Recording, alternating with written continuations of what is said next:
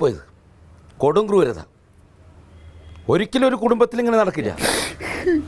ഒരിക്കലും ചെയ്യാൻ പാടില്ലാത്താണ് ഇവിടെ നടന്നത്. നീ പ്രത്യേകിച്ചും ഇവനിങ്ങനെ ചെയ്യാൻ പാടില്ല. ചെറുപ്പം മുതൽ ഒരുമിച്ച് കളിച്ച് വളർന്നവരല്ലാണ് നിങ്ങൾ. അത് പോട്ടെ, 10-15 വർഷമായിട്ട് നിന്റെ പെങ്ങളെ നോക്കണമല്ലടാ അവൻ. നീ വേണേ 2 കൊടുത്തോ, അതിന് കുഴപ്പമില്ല. ആളെ വിട്ട് തല്ലിക്ക്. എവിടെ നടന്ന് എൻ്റെ പോലീസ് ബുദ്ധിയിൽ ഇങ്ങനെ ഒരു ചിന്ത വന്നത്? അവന് ഇപ്പൊ ദൈവം സഹായിച്ചതേ പറ്റുള്ളൂ. അവന്റെ ജീവൻ എന്തെങ്കിലും സംഭവിച്ചല്ലോ.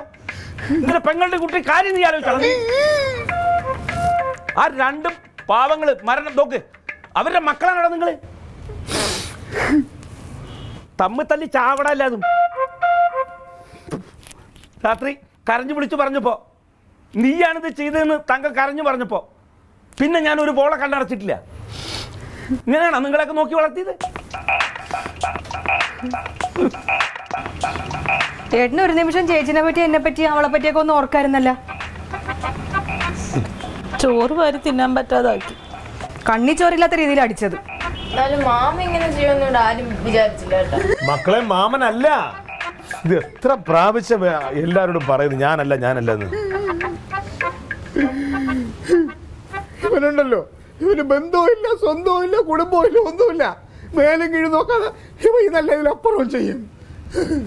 നീ ആലോചിക്കണോ ഇതിന്?